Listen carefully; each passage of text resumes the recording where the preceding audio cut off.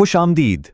اچھا، کبھی سوچا ہے کہ تاریخ کیا صرف پرانے قصے کہانیوں کا نام ہے، یا پھر یہ کسی تہذیب کی پوری روح کا آئینہ بھی ہو سکتی ہے؟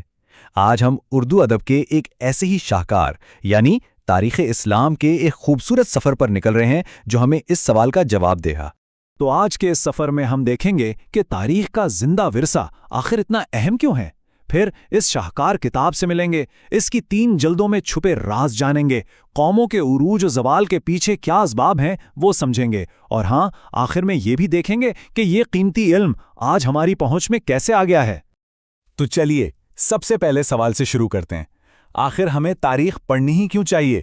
کیا یہ صرف بادشاہوں اور جنگوں کی کہانیاں ہیں؟ جی نہیں، بالکل نہیں، یہ اس سے بہت بہت بڑھ کر ہے۔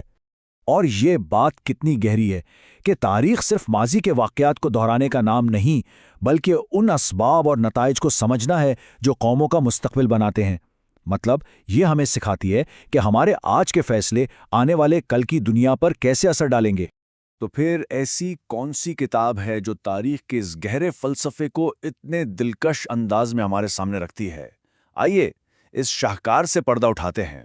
جی، اس کتاب کا نام ہے تاریخ اسلام، اور سنیے، یہ صرف ایک کتاب نہیں بلکہ اردو اسلامی ادب کا وہ سنگ میل ہے جسے اسلامی تاریخ کے سب سے معتبر اور مستند ذرائع میں سے ایک مانا جاتا ہے۔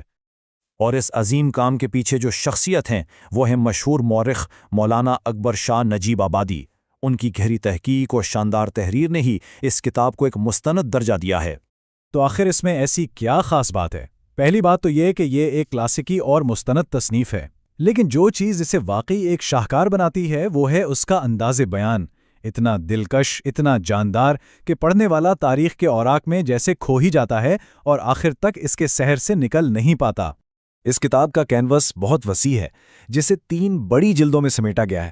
آئیے ذرا دیکھتے ہیں کہ یہ سفر ہمیں تاریخ کے کن کن ادوار سے گزارتا ہے۔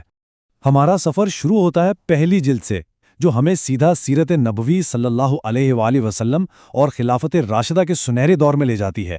دوسری جلد میں ہم بنو امیہ اور عباسی خلافت کے ادوار سے گزرتے ہیں، اور تیسری جلد میں اندلس سے لے کر خوارزم تک پھیلی عظیم مسلم سلطنتوں کی داستان سنتے ہیں۔ سچ میں یہ ایک مکمل تاریخی دستاویز ہے۔ لیکن جیسا کہ میں نے کہا، یہ کتاب صرف واقعات نہیں بتاتی، اس کا اصل جوہر تو قوموں کے عروج و زوال کے فلسفے کو سمجھانے میں پوشیدہ ہے۔ یہ ایک بنیادی سوال ہے جو ہم سب کے ذہن میں کبھی نہ کبھی ضرور اٹھتا ہے۔ آخر قومیں کیسے بلندی پر پہنچتی ہیں اور پھر زوال کا شکار کیوں ہو جاتی ہیں؟ یہ کتاب اسی سوال کا بہت گہرائی سے تجزیہ کرتی ہے۔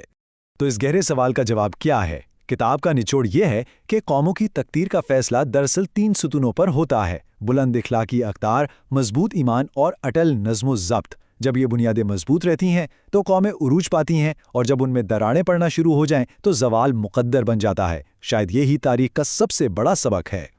تو اب سوال یہ ہے کہ علم کے اس عظیم خزانے سے آج کے دور میں ہم کیسے فائدہ اٹھا سکتے ہیں؟ تو اچھی خبر یہ ہے کہ جدید ٹیکنالوجی نے اس لازوال حکمت کو ہماری انگلیوں تک پہنچا دیا ہے۔ جی ہاں، یہ لازوال کتاب اب ایک جدید موبائل ایپلیکیشن کی شکل میں بھی موجود ہے۔ اس کا مطلب یہ ہے کہ تاریخ کا یہ سمندر اب ہر وقت، ہر جگہ آپ کے ساتھ، آپ کی جیب میں ہو سکتا ہے۔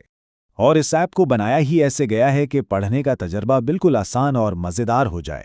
جہاں پڑھنا چھوڑیں وہیں سے شروع کریں، انڈیکس کی مدد سے کسی بھی باب پر فوراً پہنچ جائیں، اور سرچ کی سہولت سے کوئی بھی واقعہ سیکنڈوں میں تلاش کر لیں۔ مقصد بس یہ ہے کہ آپ صرف علم پر اپنی توجہ مرکوز کر سکیں۔ اور آخر میں ایک سب سے اہم سوال جو یہ کتاب ہمارے سوچنے کے لیے چھوڑ جاتی ہے: ہم ماضی کی تاریخ سے اپنے آج کے لیے کیا سبق سیکھ سکتے ہیں؟ یہ وہ سوال ہے جس کا جواب ہر نسل کو اپنی بقا اور ترقی کے لیے خود تلاش کرنا پڑتا ہے۔